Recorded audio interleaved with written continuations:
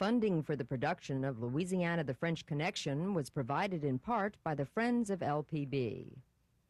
Louisiana Public Broadcasting presents a special report. It's a relatively new land, this place we call Louisiana. Just a few hundred years ago, it was virgin territory, sparsely populated only by Native Americans, who lived in harmony with nature in the fertile fields, rich pine forest, and vast swamplands of the lower Mississippi Valley. In the early 16th century, however, the white man came. First the Spanish, then the French. Their primary interest, the Mississippi River and the gateway it offered to the New World from the Gulf of Mexico. In the years that followed, French and Spanish explorers did much to bring civilization to the land, laying the planks for the foundation of what was to become a vital segment of the New World. But while many flags have flown over this land, it was the French who left an indelible mark. Men like La Salle, Bienville, Iberville, and Pontchartrain, as well as many men and women whose names have long been forgotten. Louisiana's French heritage is a matter of record. It permeates our law, our politics, and our culture. Here in Louisiana, we take it for granted. But in France, it is not forgotten. Pour lui dire que c'est une demi-heure plus tôt, parce que je crois qu'il les accompagne en car. In a tiny room in Paris, just off Boulevard des Invalides, a group of French citizens are meeting. They're doctors, lawyers, artists, and laborers. They represent a virtual cross-section of Parisian life. Except for one thing they all have in common: a deep, almost devout love for Louisiana. This is the board of directors of the France-Louisiana Association, a 3,000-member organization whose sole purpose is to promote ties between France and Louisiana, and above all else, to encourage the preservation of the French language in Louisiana. Their founder and president, Michel Tauriac, a French journalist whose Radio France program on Louisiana during this country's bicentennial provided the spark for this growing organization. You are fetching your roots in France for many of yours, and we are fetching our roots too in Louisiana. This is the story of that effort. A look at Louisiana through the eyes of some very special friends, our friends across the waters. It is their story, and it is our story. The story of Louisiana, the French Connection. Louisiana, the French Connection.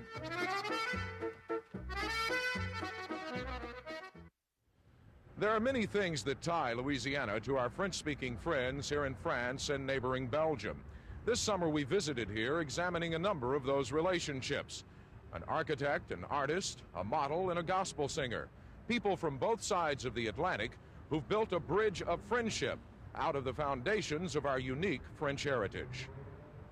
The unique relationships between France and Louisiana were given international attention recently when Governor-Elect Edwin Edwards returned to the country of his origin, accompanied by 600 members of the press, contributors, and friends.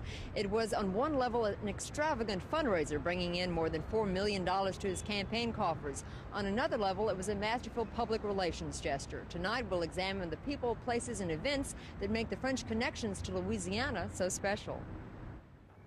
It's not uncommon for Americans traveling to Paris to hear warnings that the French are not a very friendly people, that in France, Americans are not very well liked. But here, at the Arc de Triomphe on a Sunday afternoon in May, as a military band plays and members of the American Legion lay a wreath on the tomb of the unknown soldier, nothing could be further from the truth.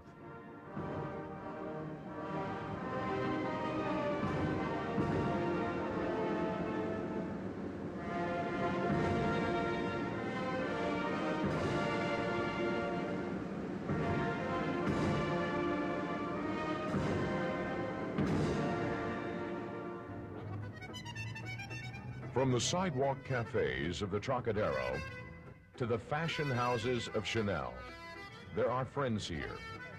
For Louisianians in Paris, there's a special familiarity, one that makes Paris seem a little like home. It's nothing you can really put your finger on. It might be the architecture.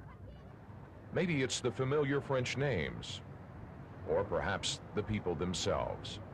But there is a connection, an underlying thread, that ties the people of Louisiana to the people of France. Plus d'un siècle de silence pour relier la Louisiane à... Gilbert Laloux avait fait déjà une expérience d'exposition en Louisiane. Je n'ai pas su trouver dans aucune librairie de la Nouvelle-Orléans un livre en français. Nous a amené à regarder sur la carte où se trouvait la nouvelle librairie que nous avons vue de la ville voisine s'appelant Lafayette.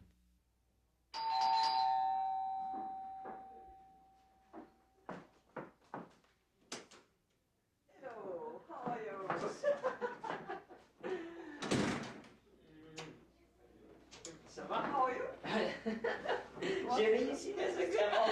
Oh, c'est vrai. Oh, mais je ne sais pas, j'ai du temps, j'espère. Non. It could be a typical scene in a typical American household. The son has just received a passing grade on a difficult test in school and is being congratulated by his family. This, however, is an unusual family. The parents are Monsieur and Madame Pierre Dumas. The son is Richard Slataper. The Dumas are French and live in Paris. Slataper is from Franklin, Louisiana.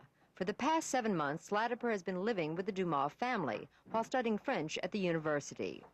Born in Louisiana, of Cajun heritage, Slataper says it was that background that led him to Paris and a desire to learn the language of his grandparents. My mother was a Robichaux before the marriage, and I guess you can't get any more French than that.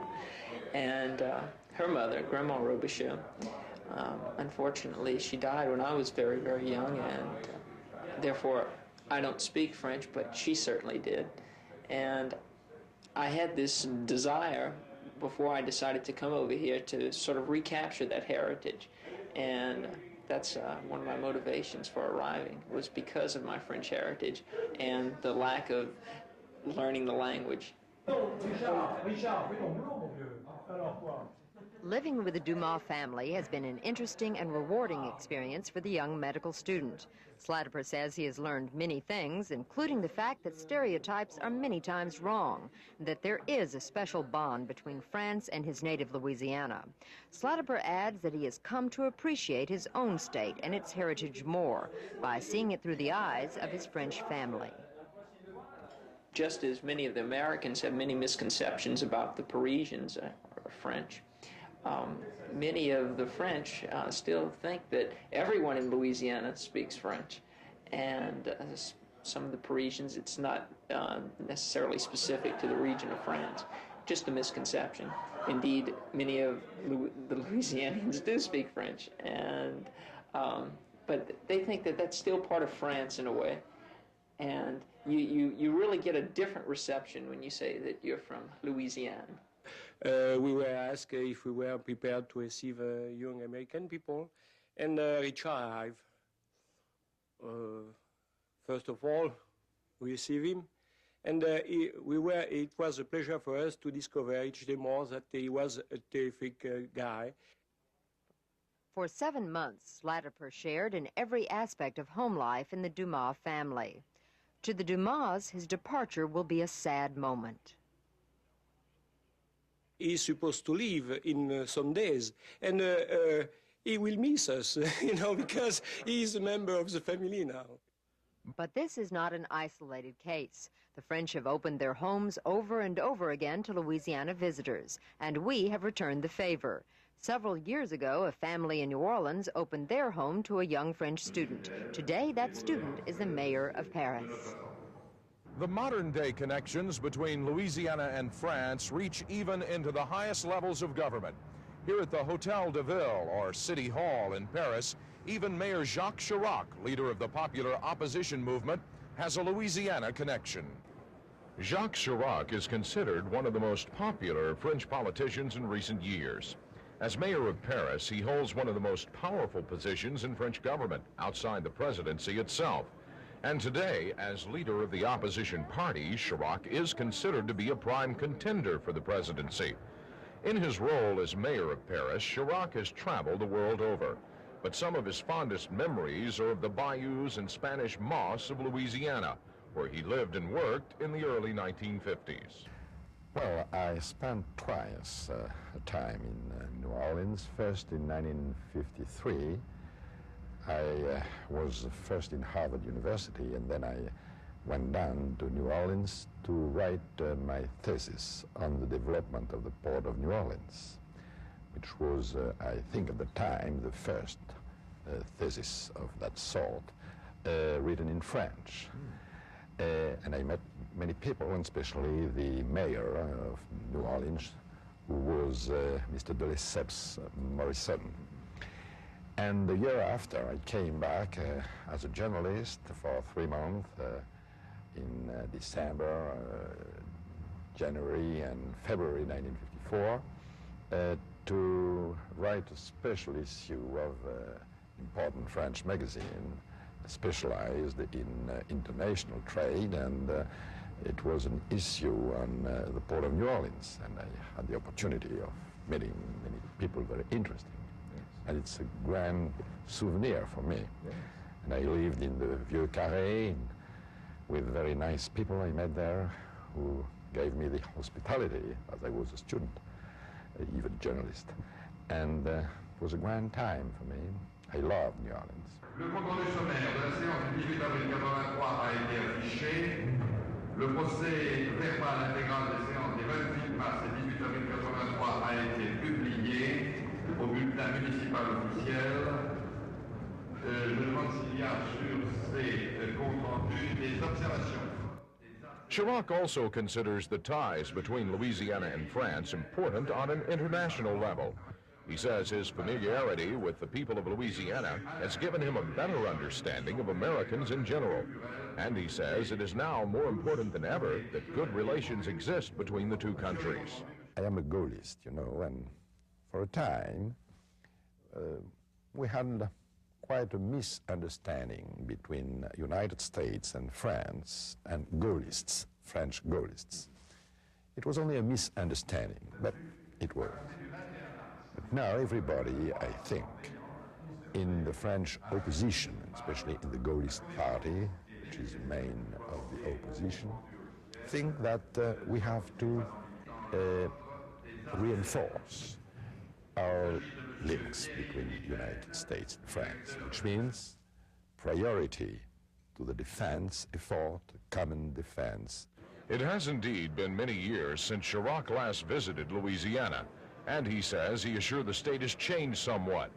But he says he hopes to return someday to the Bayou country that for a time in the 1950s was his home away from home. Je voudrais simplement dire à l'ensemble de nos amis américains de Louisiane combien I'd like to tell my American friends of Louisiana en particulier et leur maire that Frenchmen in general and Parisians in particular are concerned with everything that touches Louisiana. Naturellement d'une relation historique importante. Naturally, with our historic relations, we have the sense of the solidarity between us. De la solidarité entre nous, et c'est un pont qui existe. There's a solid bridge that exists across the Atlantic. Les deux côtés de l'Atlantique, au moment où précisément on a besoin. We have political lines between the governments that are reinforced by the human, personal ties. Qui renforcent ces liens politiques. Et je souhaite que beaucoup. And I hope that many Frenchmen and Parisians can go to the great state of Louisiana. Superbe ville de Nouvelle-Orléans, à Baton Rouge, bien entendu. And the cities of New Orleans and Baton Rouge. And I hope that many Louisianians, when they come to France, will be received as brothers and sisters. Another political leader with a deep interest in Louisiana is the Honorable Alain Poher, President of the French Senate. Though Poher never lived in Louisiana, as did Chirac, he has a special fondness for the state and its people. Currently, Poher is working diligently to try and secure French participation in the 1984 World's Fair in New Orleans. As the French Senate is interested in the future of French culture and the ties that we have with Louisiana,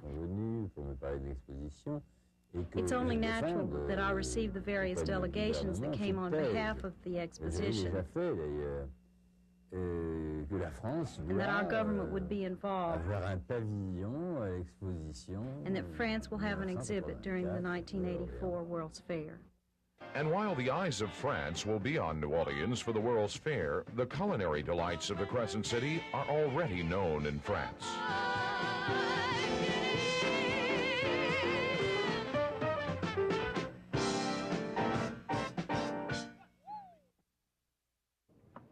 There is perhaps no other city in the world that can match Paris for its cuisine. Finding a fine restaurant in Paris is as simple as walking down the street. There is one in almost every block. From the very expensive, such as the Rotisserie de la Boule d'Or in Versailles, that is still preparing meals from recipes concocted when the Sun King, Louis XIV, reigned in the 17th century, to sidewalk cafes that specialize in coffee and sandwiches. In France, good food is considered a fine art, and eating is taken very seriously. But one of the most popular restaurants in Paris isn't French at all.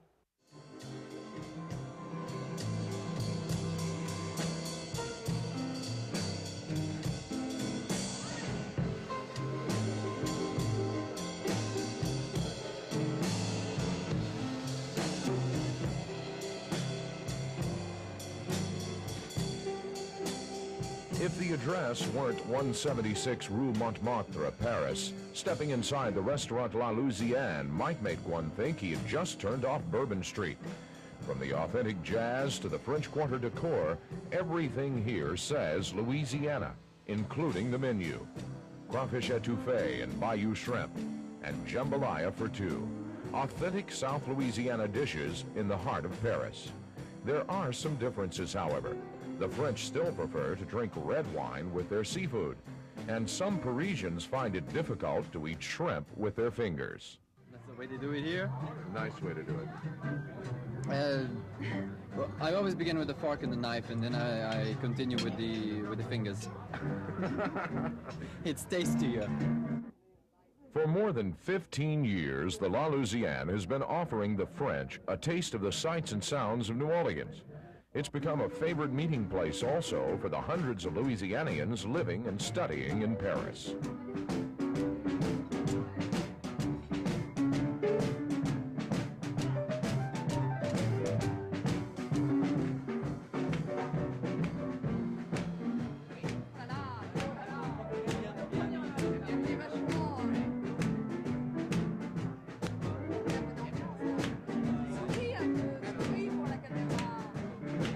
Restaurant La Louisiane serves as a perfect example of the fascination many Parisians have with life in Louisiana. And as far as the music and food go, it closely resembles the real thing. Like their food, Parisians are also recognized the world over for their taste in fashion and the finer things in life. The watches of Cartier, which run from $500 to $30,000. Fine perfumes, and the clothes of Coco Chanel.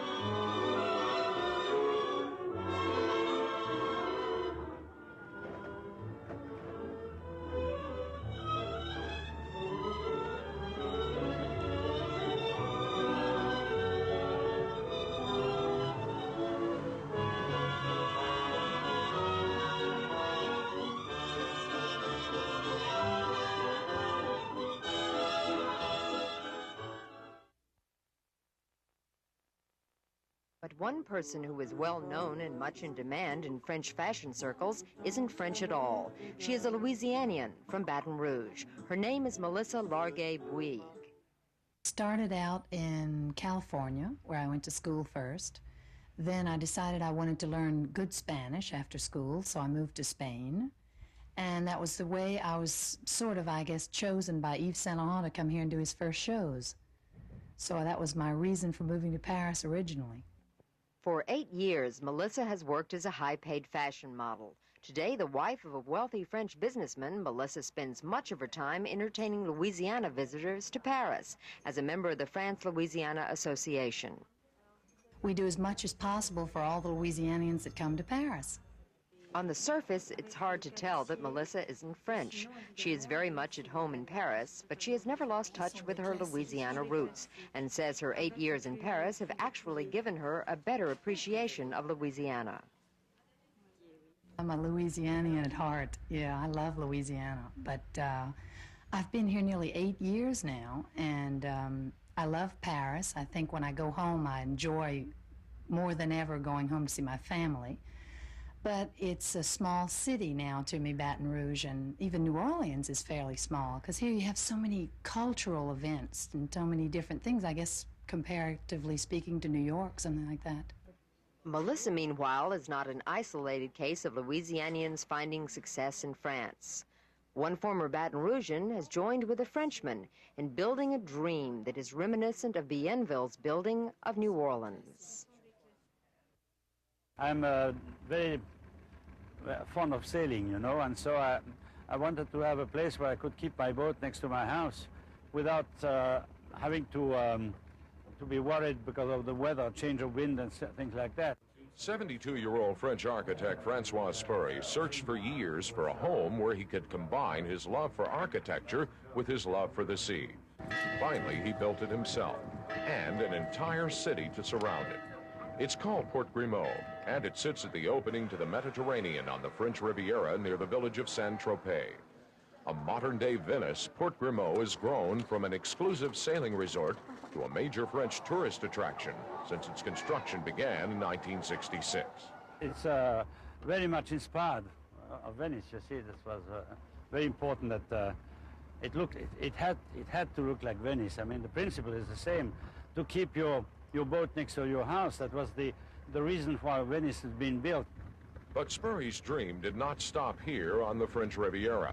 In the mid-1970s, Spoerry took on a partner, former Baton Rougean and LSU basketball star Chuck Legler. Tell me, basically, how you ended up here in this beautiful place. Francois likes to say it's all by a quarter of an inch. Upon graduating from the university at LSU with my degree in architecture, I was drafted. And when I went for my physical, I was too tall by a quarter of an inch. And all because of that, I came to France. I came over here and signed up with a pro basketball team, and after learning the language, I went back to school, got a master's degree in town planning, came back to the Riviera, where my original basketball team was, and set up my office. And through a mutual friend, I met Francois Spoerry. So by a quarter of an inch, here we are.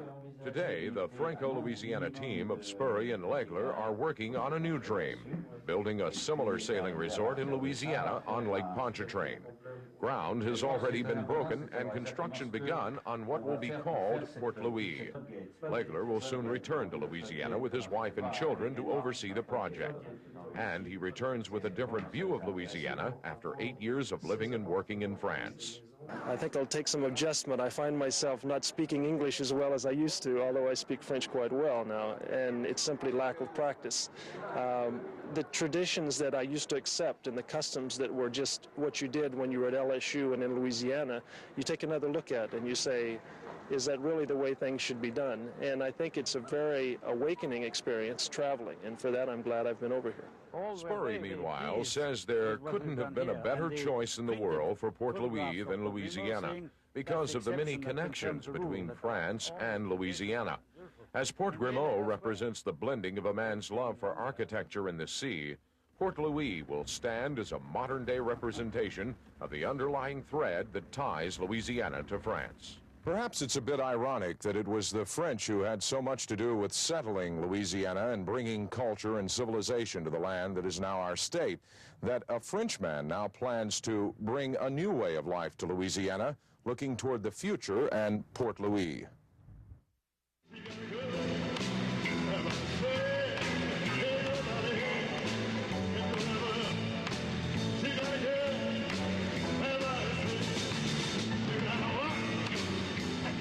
Born in Tallulah, Louisiana, John Littleton has had music in his soul for as long as he can remember. I always wanted to sing, you know. Even in school, I can remember my teacher asked me one day, what do you want to do? in life. So I said, sing. She said, suppose that you won't become a singer. I said, I will never do anything else. So I started out in these gospel, spiritual songs, because my father was a minister of the gospel, Baptist preacher, in other words. And I started out like that, you know, and then all through high school, I sang at the Tuesday and Friday assemblies and in the different choirs. Today, a popular gospel and spiritual performer with more than 68 albums to his credit, Littleton lives in Paris, writing music and performing throughout France. Littleton, however, has never lost touch with his Louisiana roots, and they are reflected in his music.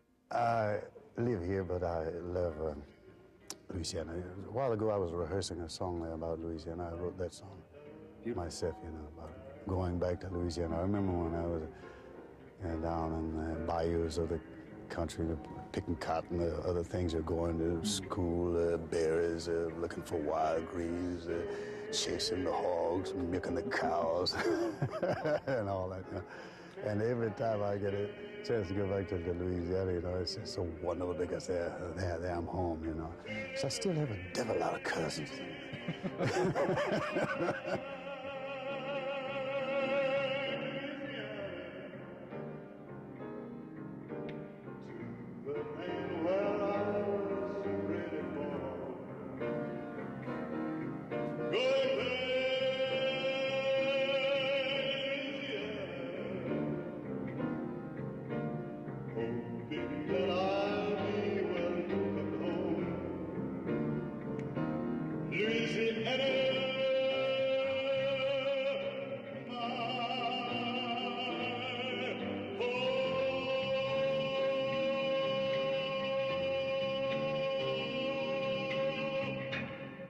Louisiana owes its name to Robert Le Sueur Cavalier de La Salle, a French-Canadian explorer who named the state in 1682.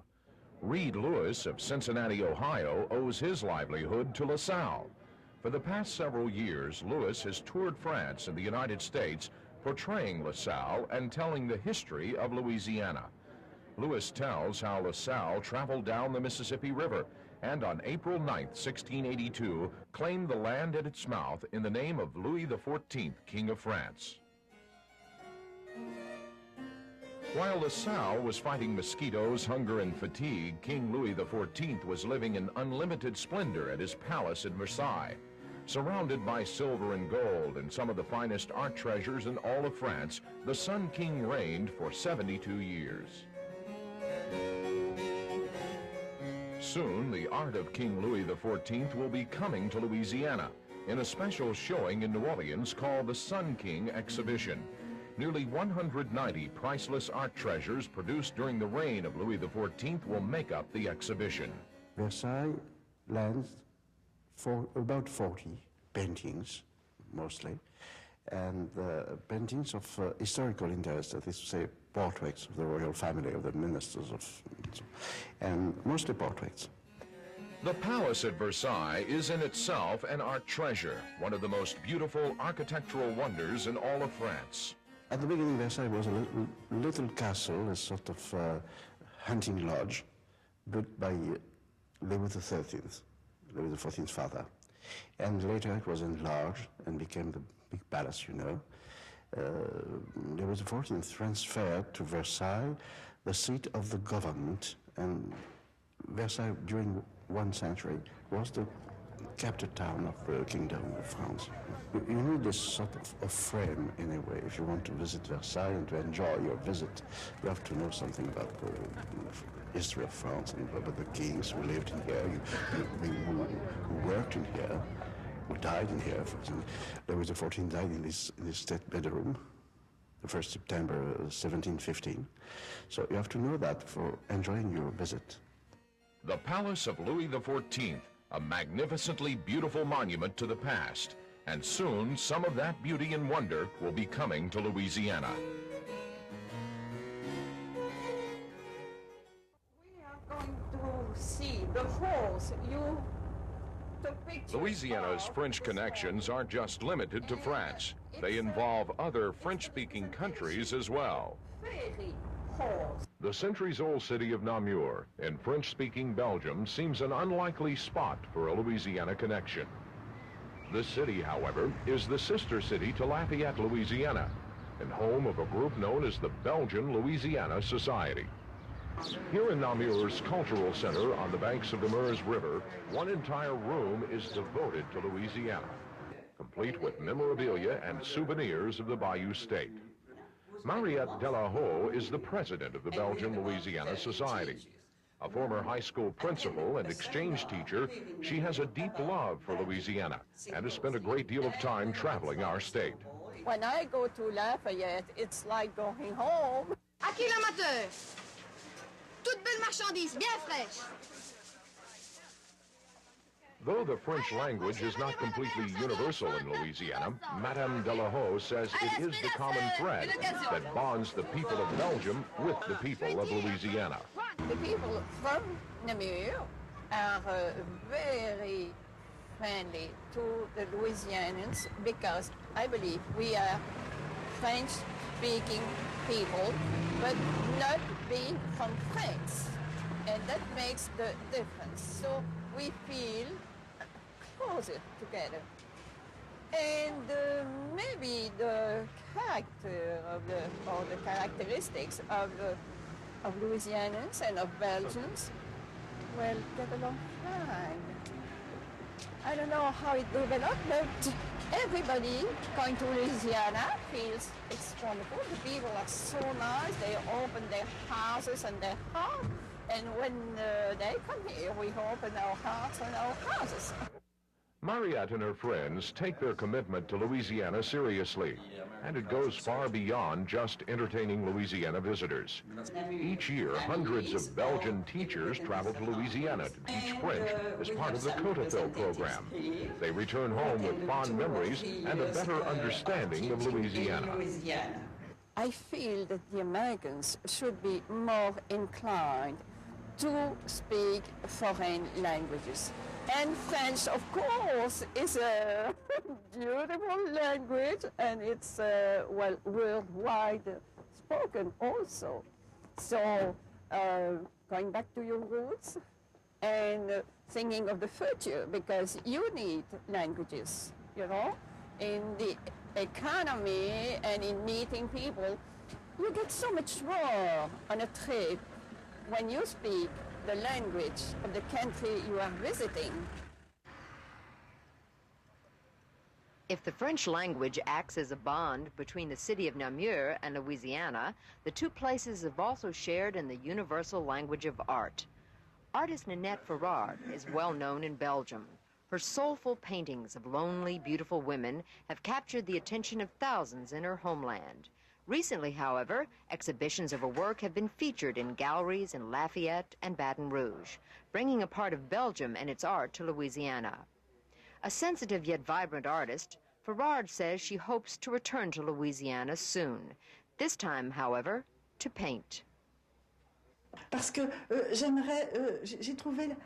like to return to Louisiana because I found the Americans to be very supple. And I'd like to translate that suppleness. For example, in the men who, just the way they walk. I must live it and watch it and then design them because it's necessary for my paintings for me to be alone in a world of my own in order to get all the sensations. In fact, I can't paint a spectacle. There's no problem with the sketching, but painting is something much deeper. All the atmosphere that makes up a personality, the blending of colors, and for that I have to be absolutely alone, because I must internalize in order to interpret it. Ninnette Ferrard speaks to Louisianians in a universal language, neither French nor English, a communication that doesn't require the spoken word. It is a language of creativity.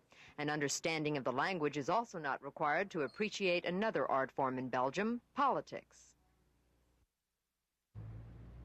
Brussels, an international city where many citizens speak 3 or 4 languages.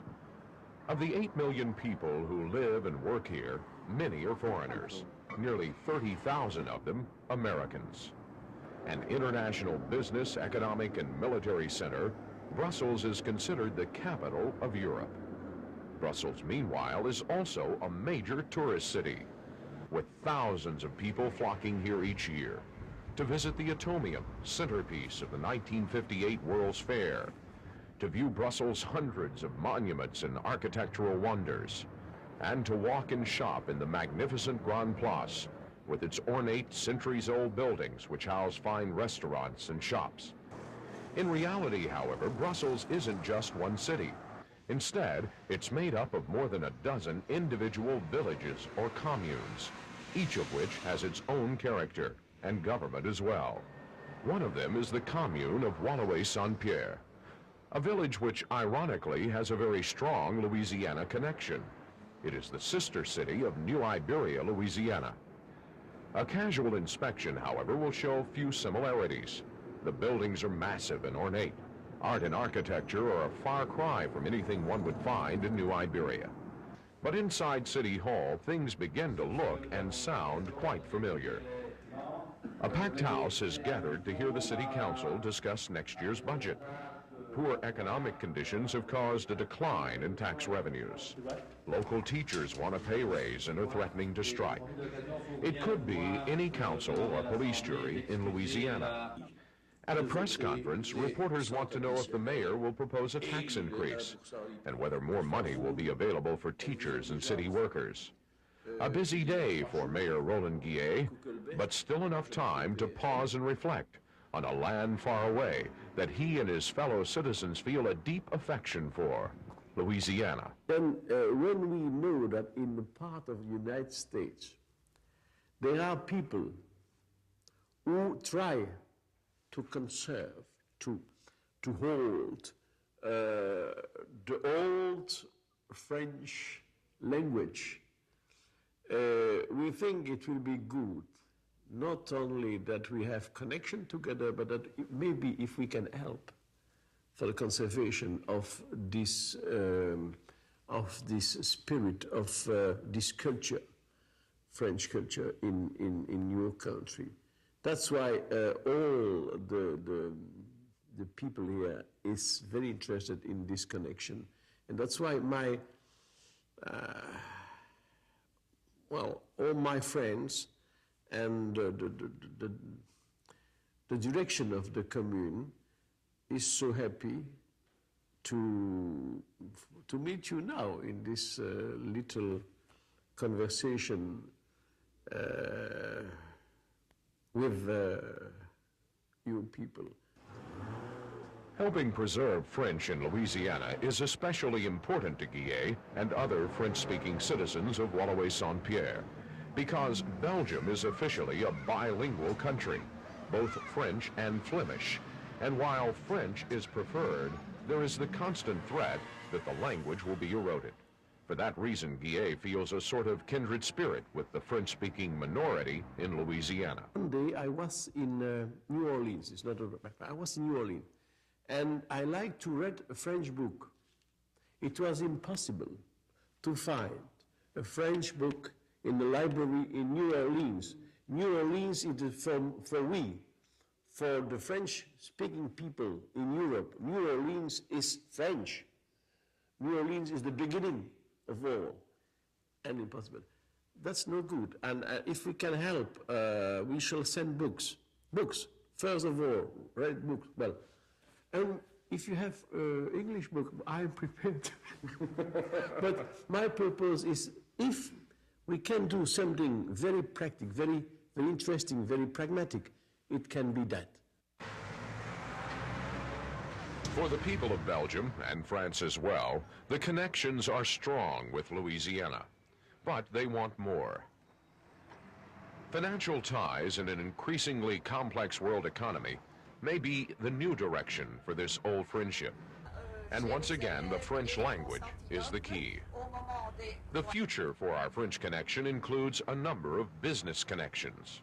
Air France, one of the largest air carriers in Europe, is best known for its supersonic passenger plane, the Concorde, which Air France bills as the fastest connection between Louisiana and France. We have one flight a day between Paris and New York, And surely it's the fastest way to go to Louisiana, to taking Concorde from Paris to New York and a domestic U.S. flight between New York and New Orleans. The Meridian Corporation, another French company, is constructing a $60 million hotel in the city of New Orleans. The building will be on Canal Street.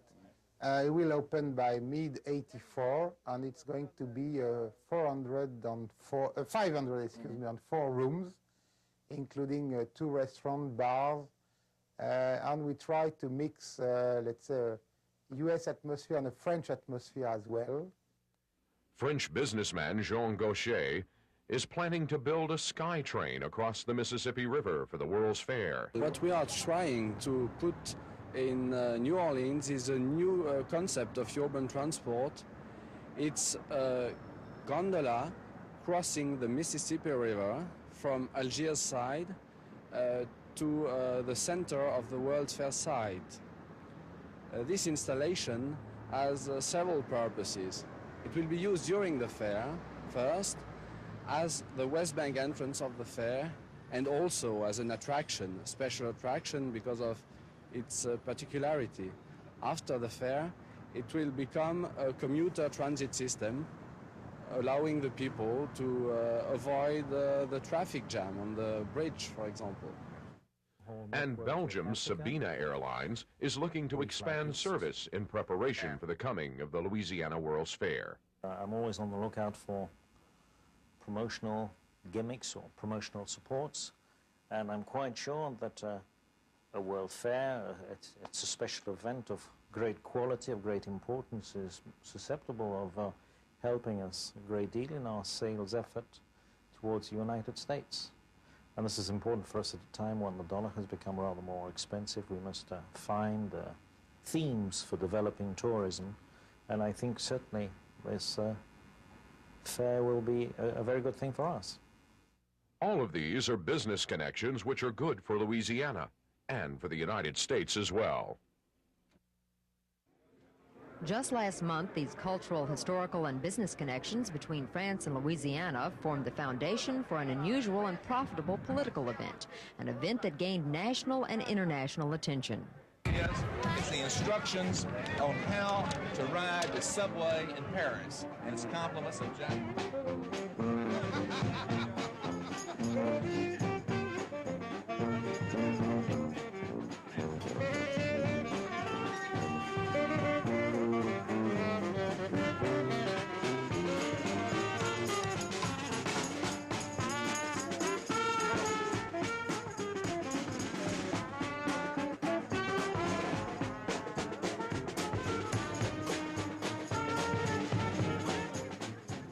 Governor-Elect Edwin Edwards, fresh from his stunning election victory last October, but nearly $5 million in debt, left New Orleans International Airport January 19th with more than 600 friends and supporters for a trip called A Return to Our Roots. Most of the participants, except for about 100 legislators and a large contingent of reporters, were paying $10,000 each for a ticket on one of the 2 chartered jumbo jets. The trip, brainchild of Edwards' campaign manager, Brother Marion, was billed as a French pilgrimage, a massive public relations and campaign financing gimmick which used Louisiana's French roots as its draw, and it worked. But we have over 620 people and no shows, and everybody's happy and having a good time. And I think we'll get to Paris and enjoy ourselves and also have an opportunity to do some serious things. The group wasn't on French soil more than a couple of hours before Louisiana's Cajun governor was a focus of a solemn ceremony at the historic Arc de Triomphe, where he laid a wreath proclaiming all French and Louisianians cousins. In the name of Père Marquette, Bienville and Iberville, Cavalier de la Salle, and Louis XIV, who once was our king also, and Lafayette and Foch and de Gaulle, and all the valiant defenders of liberty, equality, and fraternity, from your land and ours, I now lay this wreath and pray that his presence here will forever attest to the friendship, the brotherhood, and the affection between the people of Louisiana and their ancestral home of beautiful France. Vive la France, vive la Louisiane. But lest anyone think the entire trip was to be a somber reflection on our French heritage, the next stop for the group offered a stunning contrast.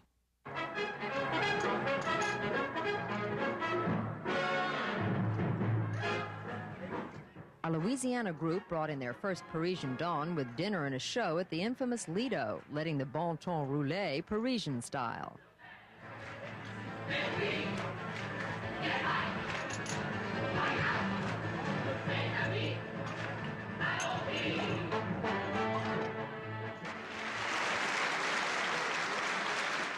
Most of the organizational details for the governor-elect's visit were worked out by the France Louisiana Association. The group staged a magnificent Parisian feast for the governor and his entourage.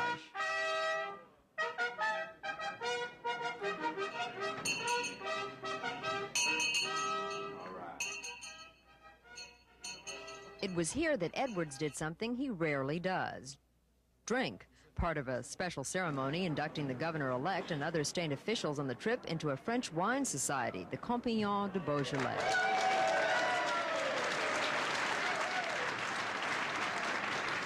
I'll see y'all next week. Not one Louisiana connection was left unexplored in the governor's return to his roots. Gospel singer John Littleton was a centerpiece of a special mass at the magnificent Cathedral of Notre Dame, where he mixed his Louisiana Baptist upbringing with more traditional French religious music for an interesting, if unusual, Catholic mass. Everybody with me now. Holy, holy. That's it.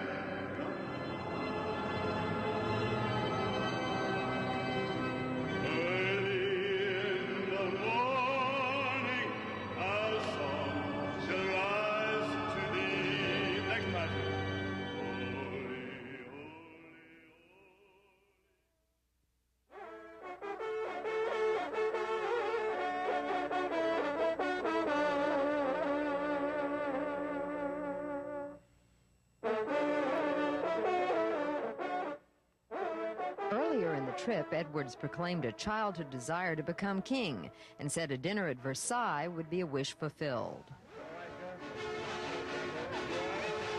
Monsieur le gouverneur, c'est l'aubade qui est réservée aux hautes personnalités en présence à Versailles. Mais ça, c'est magnifique. But listen to that. That's really fantastic. Very few commoners are welcome like that.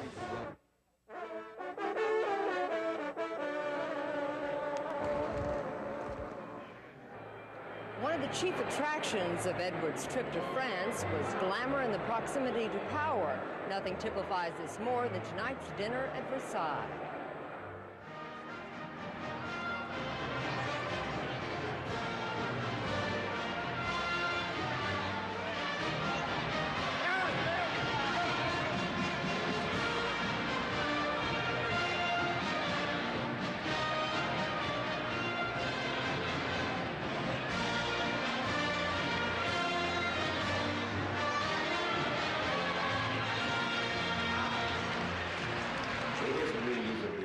But I would have to say that the soul, the heart, the mind, the person that would not have been impressed by the function at the Palace of Versailles, just as the person who is cold and unfeeling and cannot be impressed.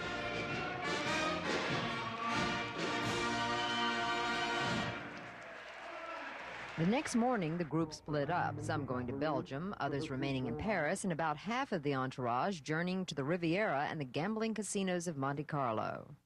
You know, I spent more time in Notre Dame than I did at the crap table. Edwards has made no secret of his penchant for gambling and taking risks. In this case, he came out a winner at the dice tables to the tune of $15,000. On his return to Paris, the governor-elect tended to some of the serious business on the trip, meeting with French President Francois Mitterrand and expressing his gratitude for the French involvement in the 1984 World's Fair to be held in New Orleans. Spent about 25 minutes talking with the president. He was very cordial, and we extended to him and to the people of France an invitation to visit the expo in New Orleans. We thanked him for the participation by the French government for the pavilion which the French people will have there. We also expressed appreciation for the support they've given us in promoting the French language in Louisiana. The Edwards trip to France cultivated more interest in Louisiana among French citizens. It was evident that a great deal of interest already exists. That fascination was vividly displayed at the premiere of a new French movie, La Louisiane. The opening of the film was timed to coincide with the Edwards trip. Filmed on location near Baton Rouge, the movie stars Margot Kidder and is an historical drama in the vein of Gone with the Wind. At the premiere party, many in the group confessed they couldn't understand the French dialogue, but enjoyed the musical score by Baton Rouge composer Valerian Smith. On the final day of the visit, a courtesy call to Mayor Jacques Chirac of Paris and an exchange of gifts prompted a round of speeches in French and English. The progress of each day's events was duly recorded by the press, those from Louisiana on the trip, the network television crews in Paris, and reporters from national and international publications. The final press conference of the trip was held at the residence of the American ambassador, where Edwards indicated plans for a new Renault factory to be built in Louisiana were still up in the air. We visited this afternoon with some of the officials of Renault. Bottom line is no firm decision has yet been made. The only thing firm that I came away with is that the company is definitely committed to the construction of the plant, or a plant, somewhere in America. If the entire trip mixed business with pleasure, on the eve of the group's departure, the focus was on good times and good food.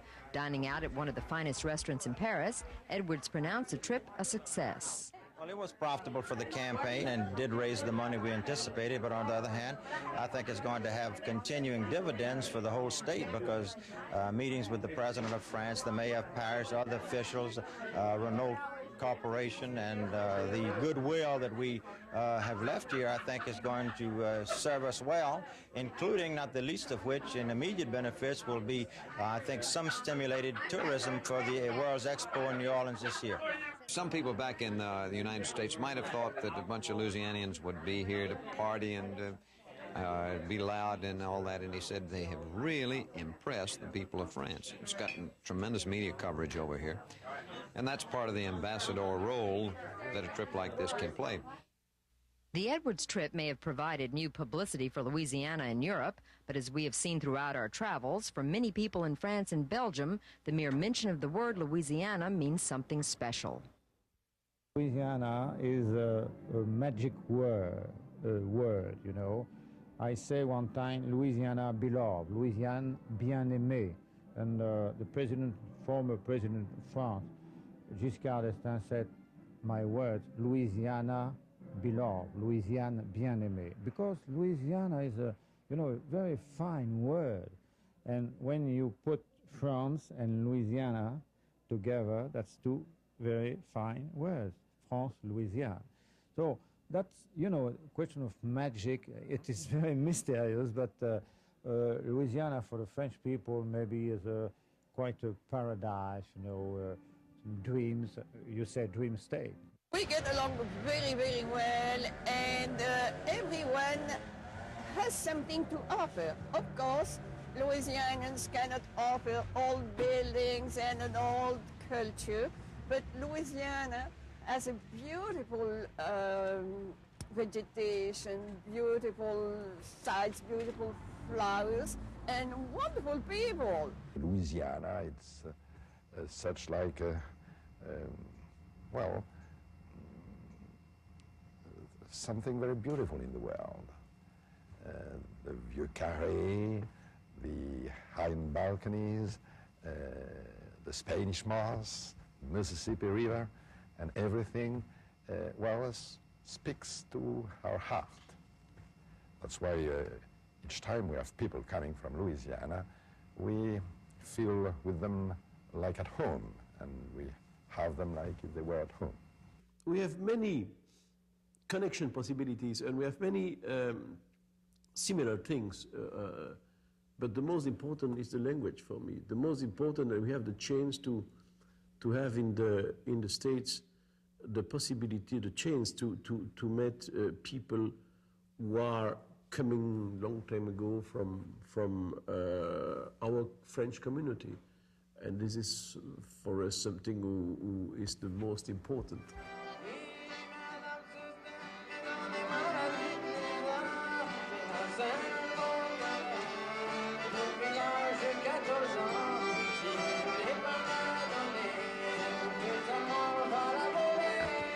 recent gathering of friends of Louisiana in France. A Cajun fete au doux in an ancient wine cellar underneath Paris. A representation of the interest that exists halfway around the world for our state. A state where a handful of people still cling to the old language and customs that were given to us by our French ancestors.